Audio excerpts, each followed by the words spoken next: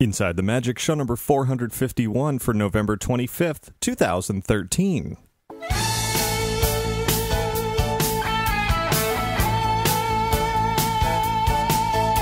It is Monday, November 25th, 2013. This is show 451 of Inside the Magic, and as always, I am your host, Ricky Briganti, with another great show packed with Disney and theme park news and a whole lot more fun. And before we get to all of that, I invite you to visit our website, InsideTheMagic.net. There you'll find all of our podcasts, videos, photos, news, articles, and a whole lot more. And if you ever have any news, tips, questions, comments, anything else you want to send in, you can do so by emailing me at ricky@InsideTheMagic.net, or you can call and leave a message at 407-494-4ITM. That's 4486.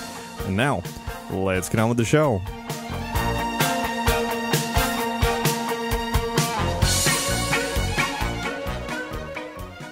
This week's episode of Inside the Magic is brought to you by Magical Travel. Let Adventures by Disney be your guides, your storytellers, your local experts, and your masters of hassle-free guided travel. When you travel the world, you can also receive a free Visa gift card when you book an Adventures by Disney vacation with Magical Travel. Do so by calling them today at 866-207-8387 or visit them online at magicaltravel.com to receive a free price quote, and be sure to mention Inside the Magic to receive your free Disney gift card for qualifying bookings when you book your Disney vacation with Magical Travel. And of course, thanks very much to all contributors to Inside the Magic this Christmas season. If you're going to be shopping on Amazon, go through InsideTheMagic.net/Amazon first. Click through that, then add items to your cart and check out and whatnot, and we'll get a little credit for whatever you purchase. So I thank you for all of that. And now, let's get started with our trip around the world.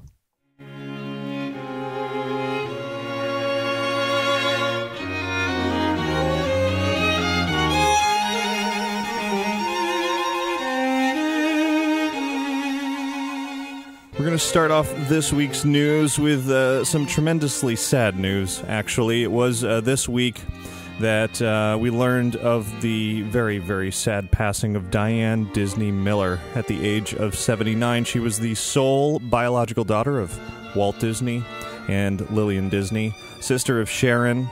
And the two together, Sharon and Diane, are said to have been the inspiration for Disneyland. Of course, they were continuing the legacy of Walt Disney and his wife, and it was really terrible to hear about her passing.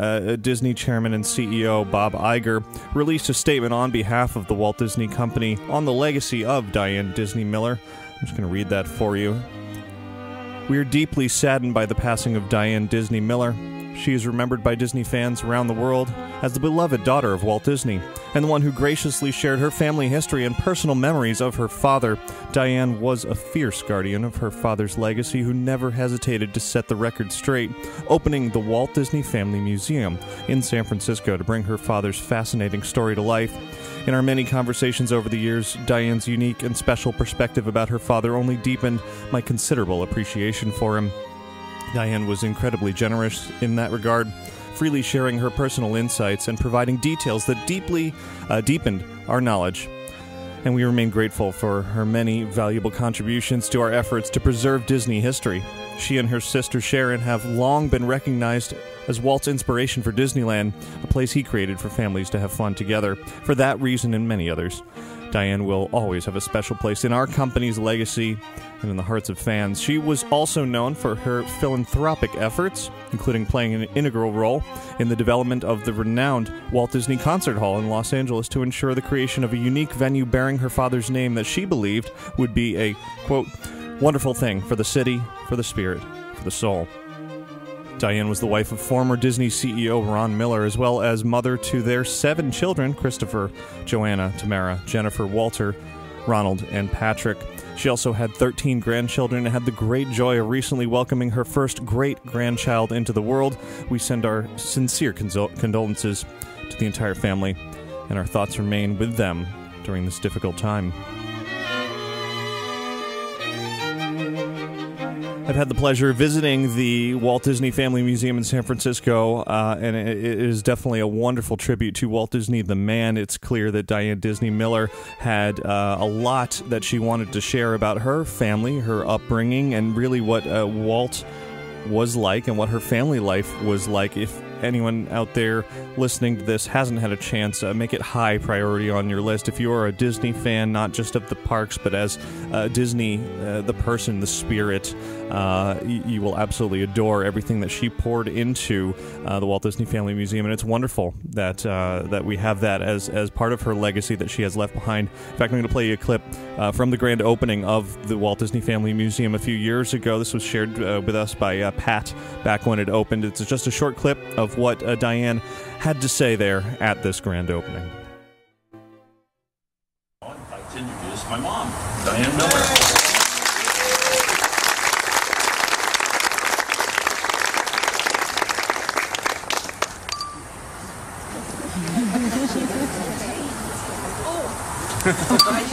I should say something. Just simply welcome. This is such an exciting moment. This has been 5 years at least in the making. And it's not just, us standing here and behind a lot of people, some of you out there that were so helpful because you loved what we were going to do and you wanted to help us do it. And I thank you all so much. I'm glad. As I said, just a short clip of her speaking at that grand opening of the Walt Disney Family Museum. It was terrible sadness, terrible news to hear of her passing. And in her honor here, I don't know what her favorite Disney song was, but we all certainly know that her father Walt's favorite song was Feed the Birds. So I want to play a little bit of that for you right now.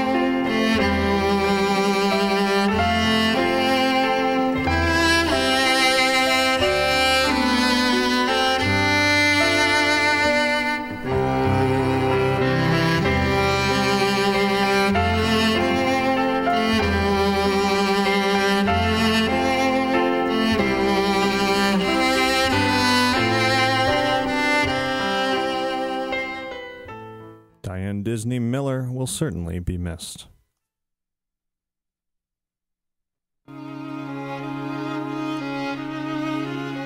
Now, we do have other news to get through this week. A little bit of a happier bit of news for the rest of the show. First of all, of course, Christmas time continues. This is the week of Thanksgiving, and the parks don't really celebrate Thanksgiving much. I certainly will be. I'll have a nice feast, as usual, here at my house. But kind of skip over Thanksgiving, go straight to Christmas when it comes to theme parks. And in the case of SeaWorld Orlando, I just had a chance to go there last night to check out their Christmas festivities this year. So you can head over to InsideTheMagic.net to see what they have to offer. Kind of the same as previous years, a little bit of changes here and there, but always a great photo-taking opportunity. Of course, I've been to Very Merry already and posted a photo review of that over on the website, and I'll be going to Universal Orlando in a couple of weeks when they start their festivities and kind of exploring from there. I'm sure I'll have more Christmas fun to share over the next few weeks, but head over to the website to see it as it unfolds. And worth noting here, something that's already gone, part of Limited Time Magic a few days ago, both Walt Disney World and Disneyland were giving away free Jingle Cruise mini posters. Of course, the Jingle Cruise is the holiday overlay of sorts for the Jungle Cruise on both coasts, and the great poster that they had released online initially. They had a limited supply of them to hand out over the weekend, and they are sadly all gone now. So if you didn't get one already, well, doesn't seem like you can, at least for now, but that was a good limited time magic offering. Here's some photography-related news. Nikon has announced a multi-year alliance with Walt Disney World and Disneyland to become the official camera of Walt Disney World and Disneyland. There will be branded picture spots just like there used to be for Kodak. Of course, Kodak doesn't sponsor Disney anymore because, well, Kodak's not a very big company anymore as far as Disney is concerned, at least not in the days of film cameras and all of that like it used to be. So Nikon has stepped in, is now going to be integrated into PhotoPass, where they'll be exclusively using Nikon cameras and accessories, as well as with Disney fine art photographers at their fairy tale weddings and honeymoons and adventure guides and Adventures by Disney. They will all have Nikon cameras as well. And speaking of PhotoPass, here's something, a really interesting addition to MyMagic Plus and Magic Bands that nobody had predicted over the last few days / weeks. It seems that they're slowly rolling out a new feature of the Magic Bands, where if you are wearing one and you go on a ride that is equipped for an on-ride photo, your photo's just going to sort of auto-magically show up in your PhotoPass account as long as you've linked it up with your Magic Band and all of that. And so you don't even have to scan anything. You don't have to look for your photo. You don't really have to do anything other than just wear your Magic Band, enjoy the ride, and then you get home and there's your ride photos in your PhotoPass account for you to purchase if you so choose. Pretty neat use of that technology.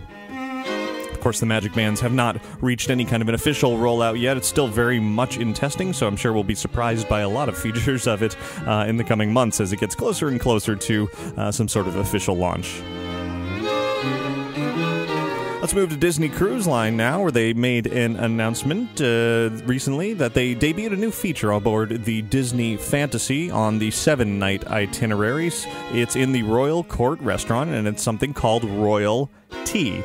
Not royalty, but it does involve royalty. It is the Royal Tea, a royal tea time, if you will, with meet and greet opportunities. Guests are greeted by Lady Chamomile, the royal tea hostess, and crowned as young princes, or rather a young princess, or dubbed as a royal knight. And then they take part in a variety of festivities, get to meet and greet with a few Disney princesses, get some goodies as well. Of course, there's an extra cost for all of this. It's $279 for an adult and a child. Additional children are you can add on for $210. An additional adult is $69. And not exactly inexpensive, but you do walk away with quite a lot of stuff.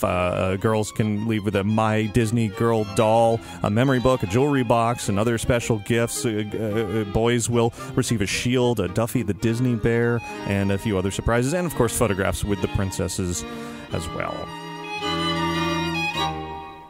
Now let's hop over to Tampa, where Busch Gardens has announced some new details surrounding, quite literally, their upcoming massive drop tower called Falcon's Fury, which is going to be opening in spring of 2014. The surrounding area, currently known as Timbuktu in the park, is going to be remodeled into something new called Pantopia. Kind of a bizarre name, but Pantopia is kind of a new theme, a new look to that whole area with new food and beverage options, entertainment, shopping, and a renovated indoor theater, which is the park's old 4D theater. The Desert Grill is going to be rethemed and given a new name as well. The whole area is going to be inspired by centuries of world travelers. Of course, the previously announced Falcon's Fury drop tower is going to be particularly unique, standing at 335 feet tall. And then when you get to the top, you are pivoted 90 degrees downward, looking straight to the ground before you drop 60 miles an hour at 3.5 Gs. Should be quite a thrill. And while we're talking about other parks, Legoland Florida made an announcement this week that they are bringing Legoland Hotel to Florida in Winter Haven, of course. That's going to be in 2015, so a couple of years away. It's going to be similar to the other 4 Legoland Hotel locations worldwide. There's one in California that's already open, as well as Windsor, Billund, and there will be a Malaysia one opening very, very soon, so that'll come before the Florida one shows up. It's going to be a 4-story hotel here in Florida with 152 brightly colored, highly themed rooms and suites with lots of Lego decor throughout. And this past week was the International Association of Amusement Parks and Attractions Expo, often known as IAAPA, taking place in Orlando, as it does pretty much every year. I believe they signed a 10-year agreement sometime within the last couple of years, so it's going to keep on coming back. It's an industry-only event that I always enjoy going over there to the Orange County Convention Center and covering every year to see all sort of the latest, greatest technologies in the world of themed entertainment and amusement parks. And I posted a complete photo wrap-up of all the best new stuff from IAAPA over on InsideTheMagic.net, but worth noting here specifically is that the IAAPA Brass Ring Awards were announced, and Disney won a couple of them. In the category of Best Overall Production, between $701,000 up to $1 million is The Royal Theater Presents Tangled for Disneyland. So if you enjoy the Tangled show out at Disneyland, it's now award-winning. And also Best Innovation in Food and Beverage goes to be Our Guest Restaurant, of course, out here in New Fantasyland at the Magic Kingdom at Walt Disney World. And jumping from one award to another, the Toy of the Year award nominations have just come out, and Disney has received a couple of nominations for that. This one you can actually go and vote for on your own. It's not just picked by judges. You can help choose the winner. Disney Infinity from Disney Interactive, the video game, is up for Best Boy Toy as well as Best E-Connected Toy. Interesting footnote there is that last year the winner of the Best E-Connected Toy was Activision's Skylanders, which, Disney Infinity is very, very similar to. So if Infinity were to topple Skylanders this year in that category, that would certainly be very interesting. Anyway, toyawards.org is where you can place your vote for those categories and plenty more. Turning to the world of movies now, Saving Mr. Banks doesn't come out for, another few weeks in most theaters, but Walt Disney Studios is offering some very, very special screenings of the film, along with movie set tours and more around the actual studio. That's taking place December 13th through 19th. You're going to want to go over to Disney's website to book that. There are still plenty of tickets available. There are several days worth of screenings. If I was out in California, I would absolutely do that. I think it's around $50 to do it, and it sounds worth it not only to see that excellent film, which I'll be reviewing soon here on the show, not this week, but soon, but also to check out the movie sets, which is great. And of course, you're on the studio lot. That's wonderful unto itself. And speaking of, or continuing with films, apparently Tim Burton's Alice in Wonderland is getting a sequel. Probably no surprise to anybody, since that movie did tremendously well at the box office, but Johnny Depp and Mia Wasikowska, I think that's how you pronounce her, Alice, will be returning for Alice in Wonderland 2, though apparently Tim Burton will not be the director. It'll be James Bowman, who directed, who was attached to The Muppets, heading that up. So it looks like that will be coming out in May of 2016.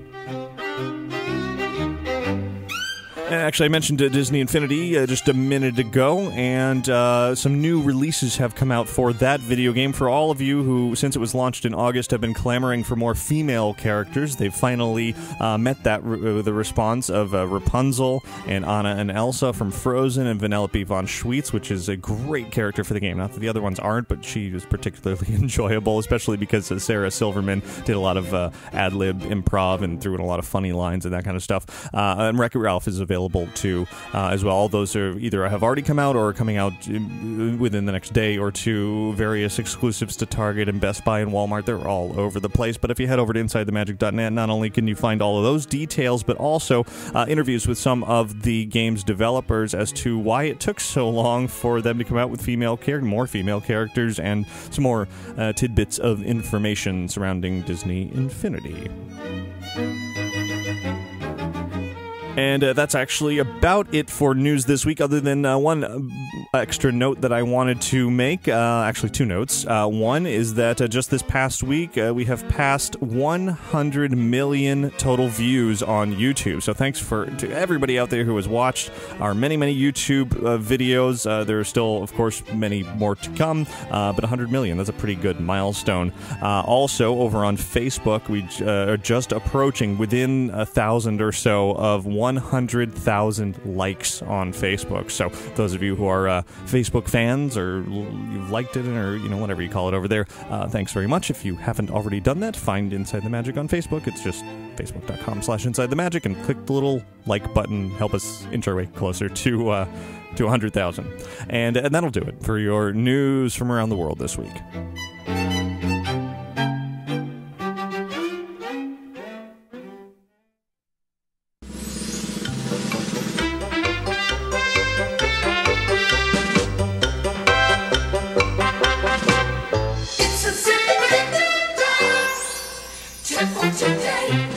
This week's tip is a rather peculiar one that comes in from Tim, who writes, we go to Disney World every year during the Halloween and Christmas months, but never attend the parties. But we discovered that when we book the latest sit-down reservation that we can, which is around regular park hours closing, that by the time we finish our meal, the Christmas or Halloween parade is starting, and the exit to the Magic Kingdom is roped off by employees, since the parade exits by the firehouse at the front, and we are, quote-unquote, forced to enjoy the parade. Or to explain it another way, the Magic Kingdom closes at 7 p.m. during Mickey's Very Merry Christmas Party nights, and the parade starts at 8:15, so we're talking about an hour and 15-minute dinner. We have enjoyed many parades this way. Tim, interesting tip there. Of course, technically, you're supposed to pay for a ticket into, the Very Merry Party or the Mickey's Not So Scary in order to see that extra entertainment, but if you are still in the park as a result of a dinner reservation, and you literally cannot leave because the parade is going by, well, oh darn, you're just gonna have to stand there and watch it. That's just a terrible result, making that late dinner reservation. So, good tip there. Of course, during the week leading up to Christmas and thereafter, you can see the Christmas parade as part of normal park operating hours anyway. So, if you don't want to battle those Christmas time crowds. Everybody else, email your tips into tips@insidethemagic.net.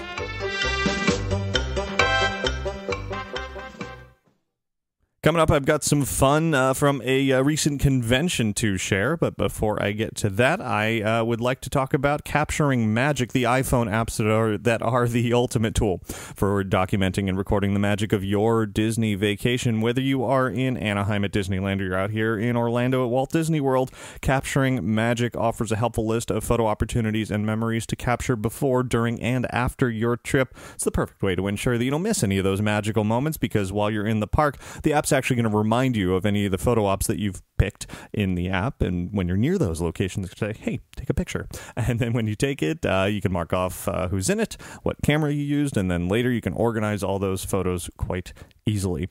The Capturing Magic iPhone apps are available now in the iTunes App Store. Spin it! Let's begin it. Bear and grin it. Let's talk Disney afternoon for a little while. Of course, a few months ago, if you remember, at San Diego Comic-Con this year, there was a great Disney afternoon panel put on by a number of folks who were directly involved in the creation of so many classic Disney afternoon animated shows. They were involved in some of the behind-the-scenes people, some of the voice actors, some of the even recent comic book sort of revival of Disney afternoon people, and this has now happened again at the Long Beach Comic-Con. Of course, I was not there, sadly, as much as I would have loved to have attended that, but the folks you heard from last week here on the show when we were talking about Winter Dreams, the World of Color Winter Dreams, are back once again to share some really fun audio from this presentation that was put on. Of course, I'm talking about Sean and his wife Carmel from theconfluencecovers.com. And, it's been almost 25 years since Disney Afternoon debuted on television screens, and, that's a long time to think about it. Was it really that long ago that I was watching, like, Chippendale Rescue Rangers, and, of course, Tailspin, which you're hearing in the background now, DuckTales, Darkwing Duck, etc., etc. Well, this panel, a little bit different than the previous one that was at Comic-Con. On this panel is Greg Weisman, who is the producer and creator of Gargoyles, Jim Magan, who was also on the other panel. He was a co-creator of Chippendale Rescue Rangers, also creator of Tailspin. Bob Shuley's there, co-creator of Kim Possible. Mark McCorkle, who is of Buzz Lightyear of Star Command and co-creator of Kim Possible. And, of course, you can't have one of these panels without Rob Paulsen, the voice actor who's been in so many things, including Darkwing Duck and Teenage Mutant Ninja Turtles, variations of that, Pinky and the Brain, and many more. And, of course, it was all moderated by Aaron Sparrow. Once again, he was attached to the Darkwing Duck, The Duck Knight Returns comic, which I so very much enjoyed recently. So anyway, let's hop on over to Long Beach Comic-Con for just some highlights. It was an hour-long presentation, but here are some highlights of that Disney Afternoon presentation, courtesy of theconfluencecovers.com. First question's for Jim. I got this one on Twitter. If you had continued with Tailspin, where would that story have gone? It seems like there were so many things that were like laid in there that didn't ever finish up. Like, was the tension between Baloo and was that ever gonna happen? Yeah. Was he ever gonna get the plane back? Something called Baloo Velvet. Yeah. David Lynch was hired. Yeah. I don't know what this is. We all had that problem at our age, Jim. Yeah, I know. No, actually, I don't think there was any arc where we were going to say, oh, we want to do this, and then we're going to go here. If you think of television as your favorite ice cream, let's say it's chocolate ice cream, every time you go back to the store to get chocolate ice cream, you want it to taste the same, right? You don't want it to suddenly taste like pistachio. So I think the success of these shows was, it's new, but it's the same thing. I like that. So just more adventures, I think, is all I would say. Mm-hmm. So if you got the chance to tell more adventures. Well, one of the biggest questions that we get asked all the time is, what happened to Mr. Cunningham? Is she divorced? Is he dead? And as my partner Mark Zaslow said, we will certainly tell you that. It's going to cost $150, and we'll let you know. I always wondered that about Andy's mom and Toy Story. That's good. Or Andy's dad. With technology where it is today, with computer-generated graphics and whatnot, why are you not right now for Disney working on a Gargoyles live-action film? That seems like money on the table. Disney is currently developing a live-action movie called Gargoyles about creatures who wake up in modern-day Manhattan and are befriended by a New York police detective, and they claim it's not based on... They've gone through at least 2 writers that I know of, and as far as I know, they don't yet have a script that they like, which I take as a good sign. I'm a little perplexed as to why Disney wants to wipe our show out of existence and take the name and stick it on something that's so similar and yet not us.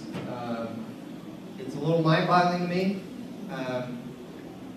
but I have no inside information on why they're doing what they're doing.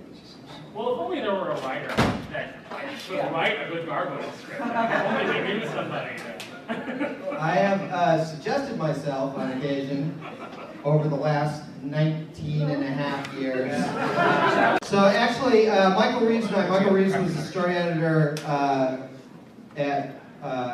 during the first 2 seasons of Gargoyles on the show, and back in 1995, they did hire Michael and I to write a treatment for a Gargoyles movie which they then fired us off of.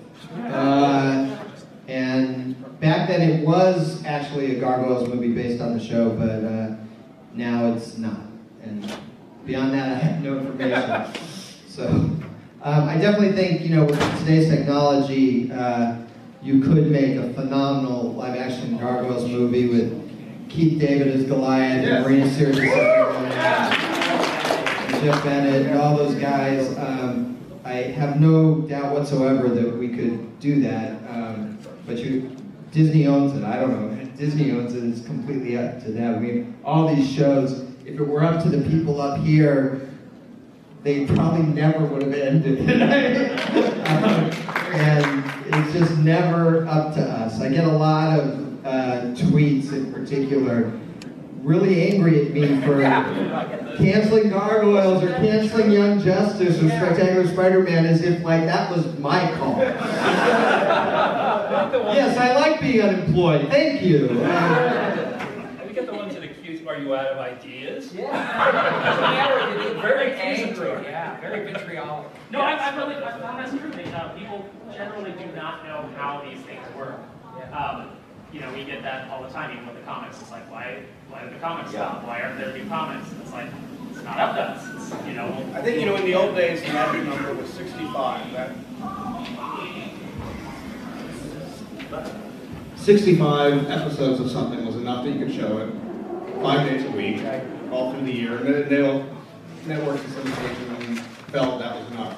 I think the new benchmark for a pretty big hit is that sort of 78, 80 episodes. I think the rare thing is a SpongeBob, that's well over 100 now. So I think it's one of those things fans want to see more, creative people want to do more, but there's a business side of it that they say, well, this is what we need. And then later things get rebooted and things like that, like Ninja Turtles certainly has had multiple incarnations. Yeah. The original one was huge. And 200, I think we did, a couple hundred of the original one, yeah.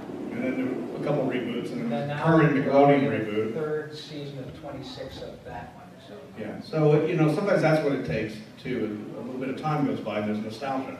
That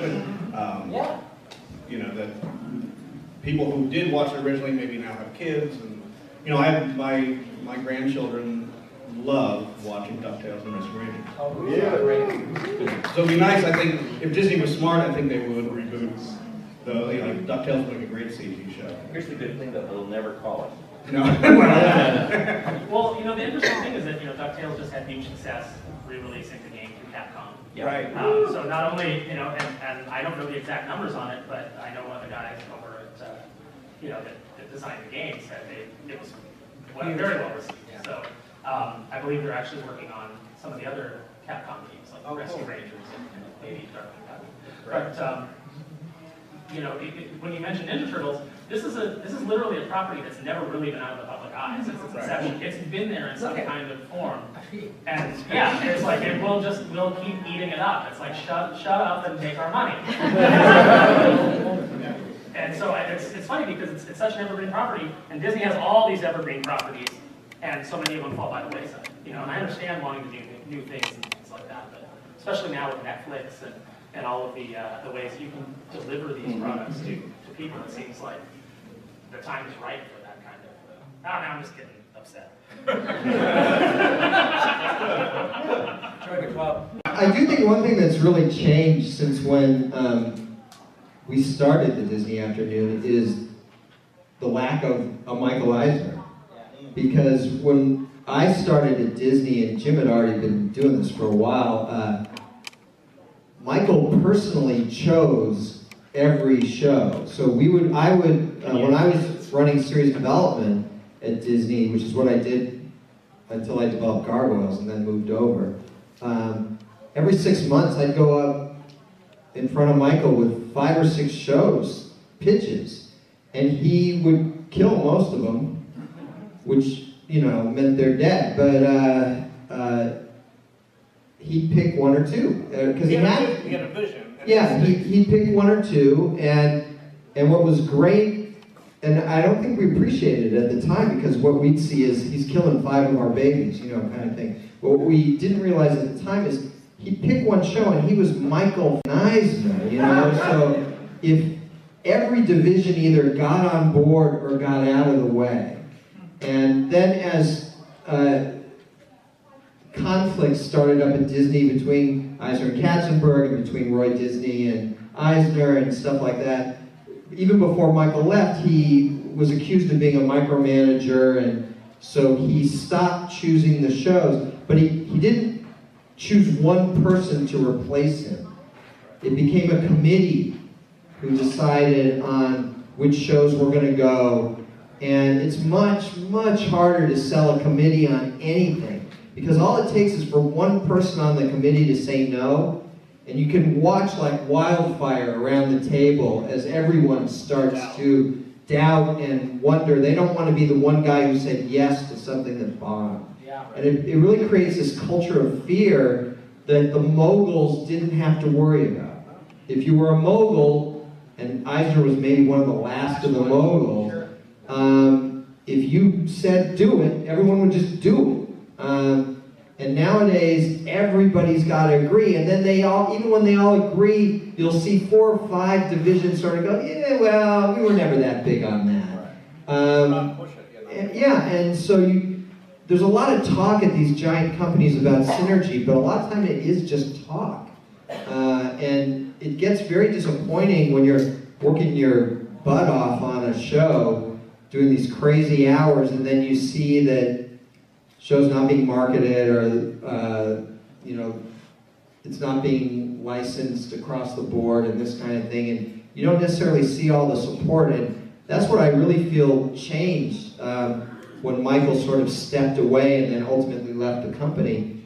And even a guy like Iger, who runs it now, he doesn't pick those shows. You know, he's way above doing that. It doesn't even probably occur to him to be the guy to do it. But Eisner used to personally choose which shows were going to go. I mean, he even told you to go make gummy bears, didn't he? I mean, when there was no show yet, it was just go make gummy bears, you know. And but you have to explain why. Yeah, tell the gummy bears. This is fantastic. What's the story of gummy bears? Well, when a man and a woman love each other.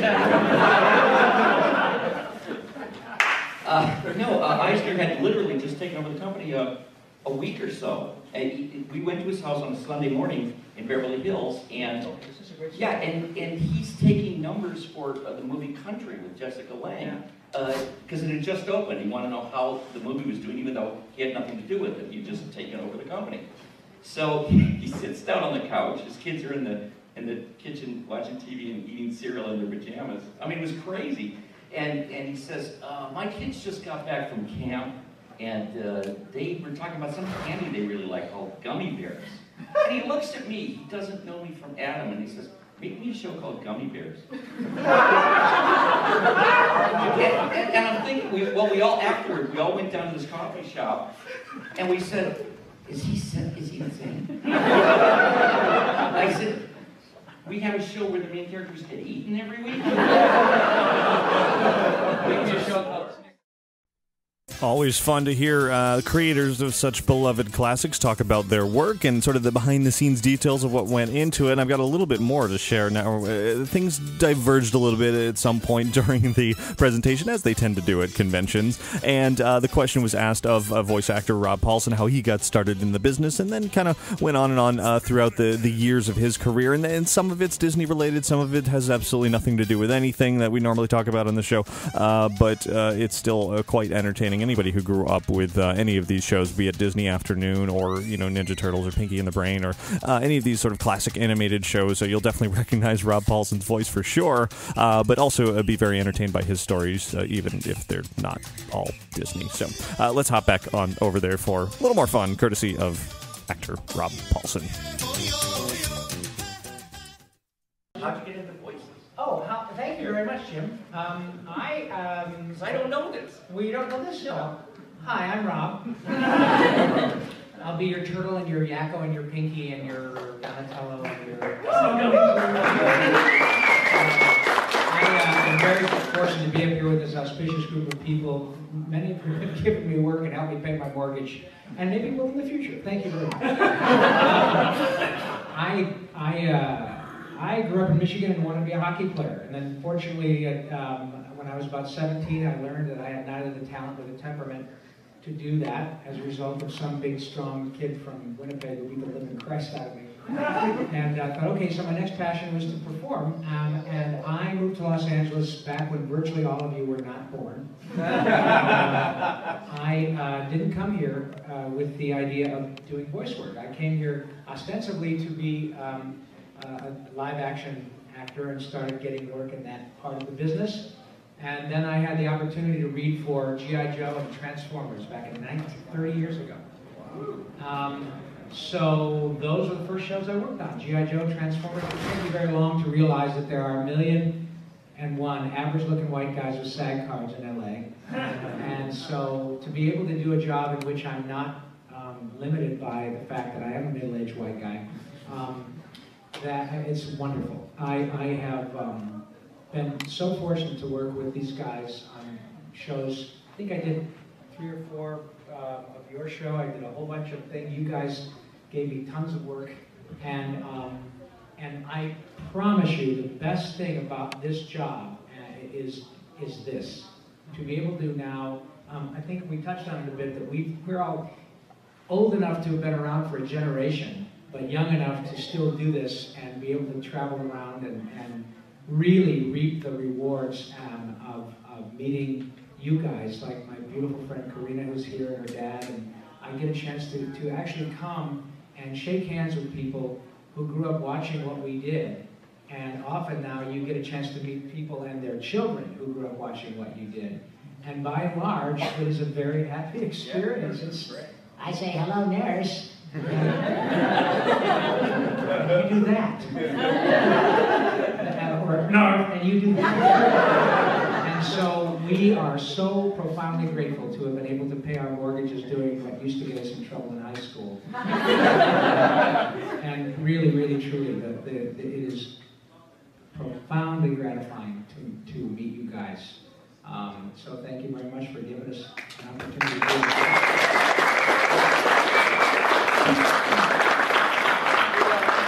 Will you do me a favor? Will you say my favorite Pinky line? Well, it depends. I mean, is it a specific response to "Are you pondering what I'm pondering"? Yes. Okay. Well, then I don't know which one. What is it? Is it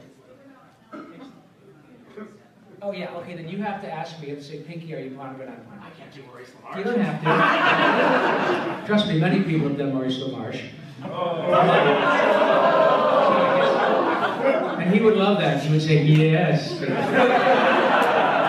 okay, Aaron, you asked me the following question. Pinky, are you pondering what I'm pondering? I think so, Aaron, but if they called them side meals, no one would buy them.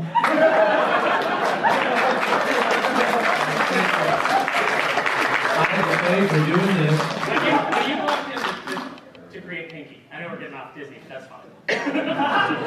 Because, you have such an amazing, Well, luckily, I'm an equal opportunity gig taker. Yeah. When you walked in, did it say NARF in the script? Was that already there? No, any of you guys know Eddie Fitzgerald? Or, yeah, sure. Okay, Eddie Fitzgerald and Tom Minton were the two, and I mean this with all due respect to both of you gentlemen, they were the physical models for Pinky and the Brain. Tom Minton, if you know Tom, is a wonderful producer and a talented guy, but he's a little kind of a dour fellow, right? I mean, he's very incredibly bright, like an MIT Mensa guy, right? His expression doesn't change. But his expression doesn't change. And he barely speaks about like this. And he kind of looks like...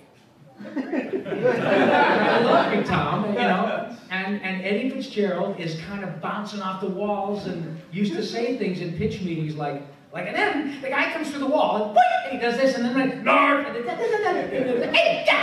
and so Tom Ruger and those guys sort of stole those little bits and pieces and incorporated it. So I didn't write any of that. All of those sort of Tourette's Pinkyisms were as a result of Eddie Fitzgerald saying "Narf" and point and so to this day, there are people, and I've made my disability work for me. So there you go. But no, there are a lot of incredibly interesting, creative people in our business, and somehow that kind of stuff ends up, and now it's part of the lexicon. It's so crazy because we were talking about Rich Ahrens is here, by the way. Rich Ahrens, who worked and produced and wrote on Animaniacs and Tiny Toons and Pinky and the Brain and Biker Mice from Mars and all this stuff that I've had a chance to work on. He and I are back in there's an autograph section, which is in the back, right by where they empty the garbage. Sure. in the back of the convention center. And Rich and I were talking about this very thing, and this is something we all experience, and that is it's a very anonymous profession, but when you're in a social situation and people ultimately ask what do you do for a living, and it happens to be on the golf course all the time, and the response is, "No way! Are you kidding me? Dude, I'm golfing with Pinky!" Yeah, he's a middle-aged white guy! So that, and the same thing, we all find out, when people find out we do, and it's, "Gargoyles, are you kidding me? DuckTales, no way!" And it's really fun. It's great, cool. It's cool stuff. When you're golfing, do they make you talk like Pinky? Yeah, it's really cool. It always does it, and I'm saying, I'm talking to you, but my friend is trying to putt, so I'm saying, no. That happens all the time. It's very gratifying, Dude, I just got done watching a hockey game with Raphael. Oh my God. He's still a middle-aged white guy. It's great fun. That should be the name of your autobiography. It is. My autobiography should be, "Dude, your childhood was a middle-aged white guy."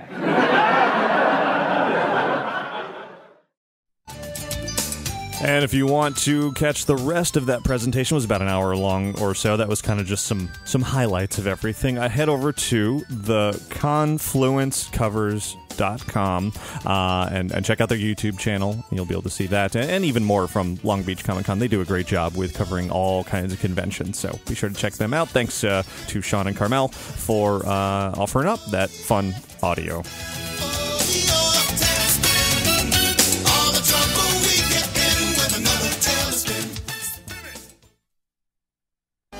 Hi, Ricky. Hi, Ricky. Hey, Ricky. Hi, Ricky. Hi, Ricky. Hey, Ricky.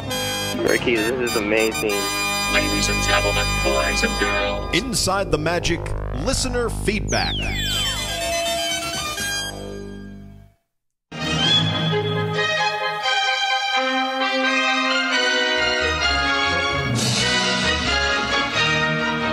Just a little bit of listener feedback to go through before rounding out this week's show. First up, an email from Damien, who writes, "I'm from Sydney, Australia. I was listening to your podcast for 2 months now, and I've enjoyed it ever since. I'm currently 19 years old, and in 2002, I went to Walt Disney World for the very first time, and ever since, I went back and watched some of the classic Disney stories and began to watch some of the more modern Disney stories like Tangled, Planes, etc. I love Disney, but I'm afraid to show my Disney side because of what my friends and other people might think.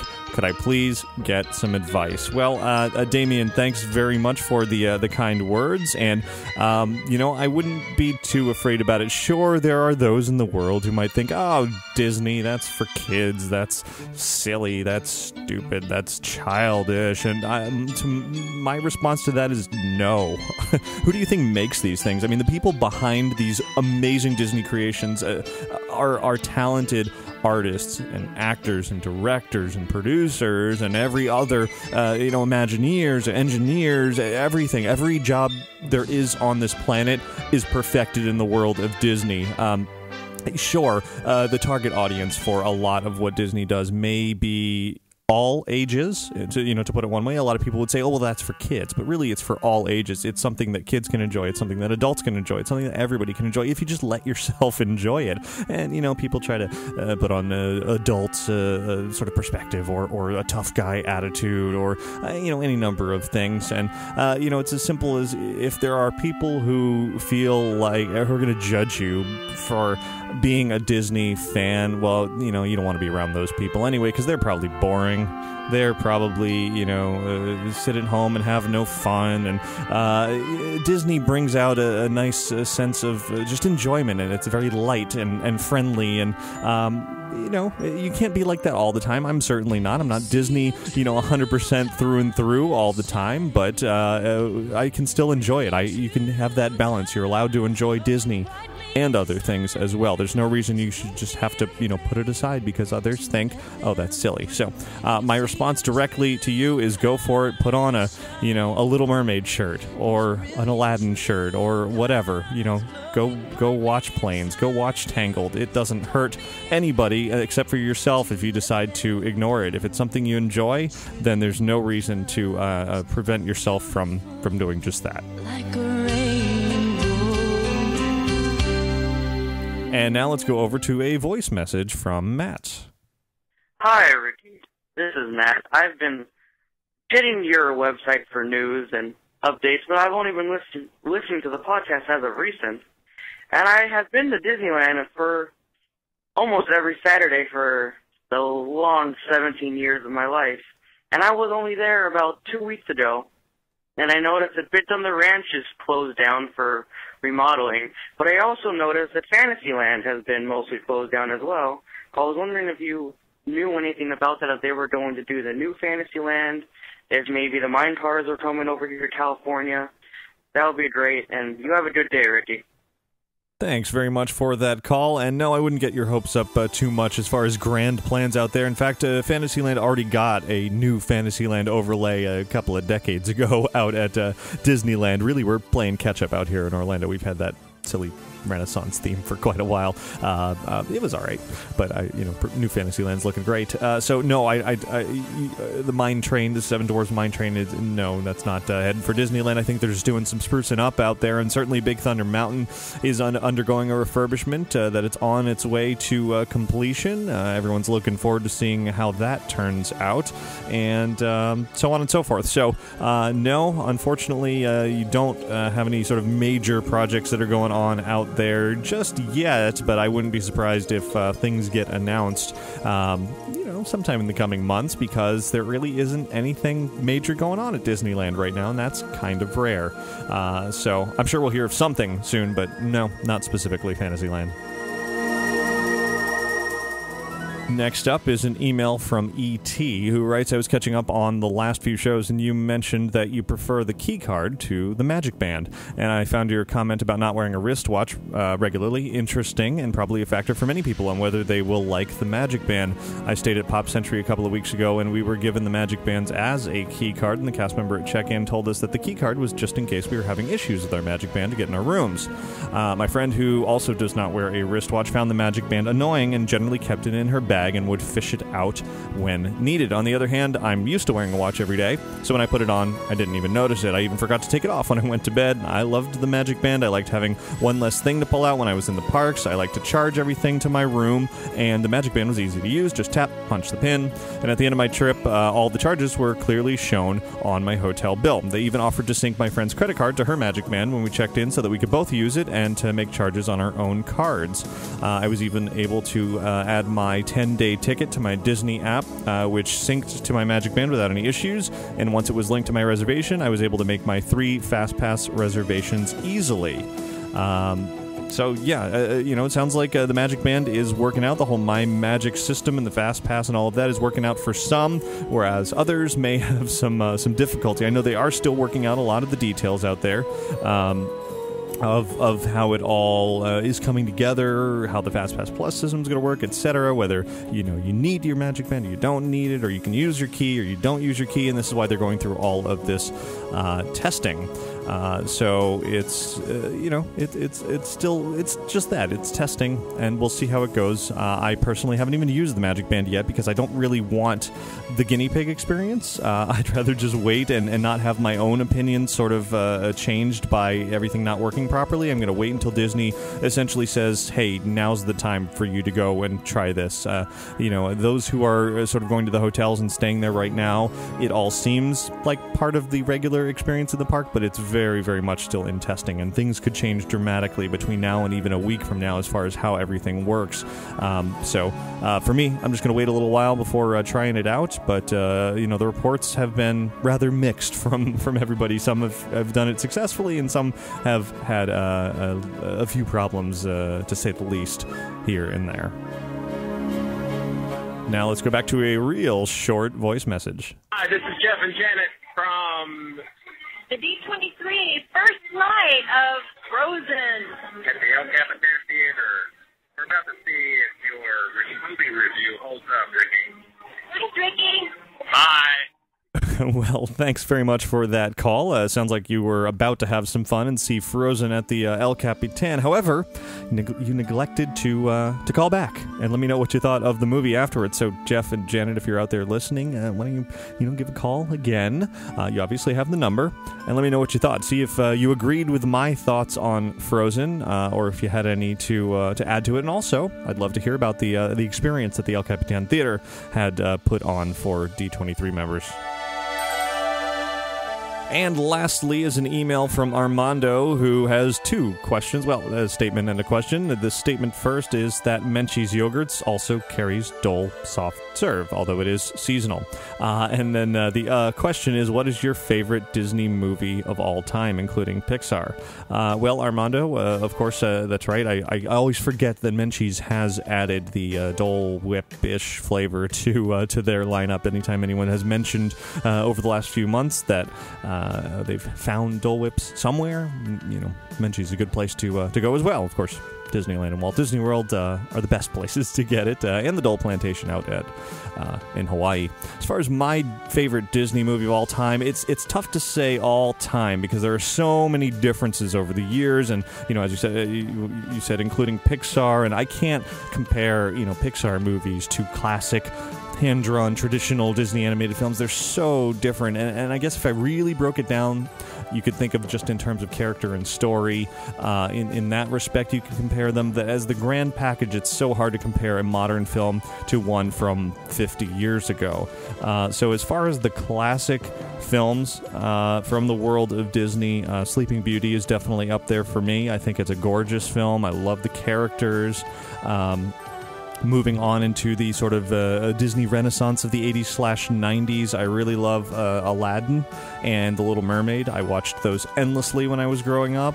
And then more recently, I'd say The Princess and the Frog over the last few years, and that's even including Frozen. I know a lot of people are saying, hey, Frozen is the best Disney film since The Lion King. Of course, I think those people who are saying that are really just eating up Disney's own marketing, because Disney literally said that in one of their trailers for the film, and now whether it's just people on Twitter or even critics are just kind of reiterating that back to Disney, which I think, whatever. That aside, I don't agree with that personally. I think The Princess, I love The Princess and the Frog music in that. It just speaks to me personally. It's fantastic music. Frozen, good music, very Broadway type of music. That's not the kind of music that I'm just going to sit here and listen to. It's great in the film. I can't just sit there and listen to the soundtrack of it. Whereas The Princess and the Frog, I could listen to that all day long. It is just fantastic music.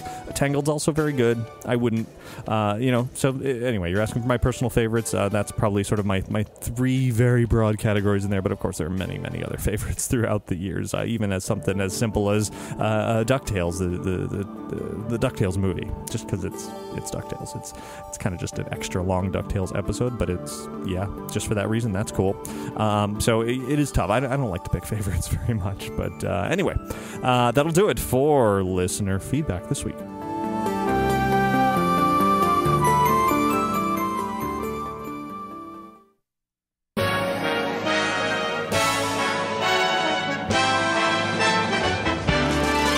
There's a great, big, beautiful tomorrow. And that's where we're going to wrap up show 451 for a Monday. I was busy yesterday. On Sunday, didn't quite get around to putting the show together, but here we are. Monday, good enough. So I had some fun from, I wish I could have been there for that Long Beach Comic Con. I was at the first Disney Afternoon panel back at San Diego Comic Con. Had a blast there.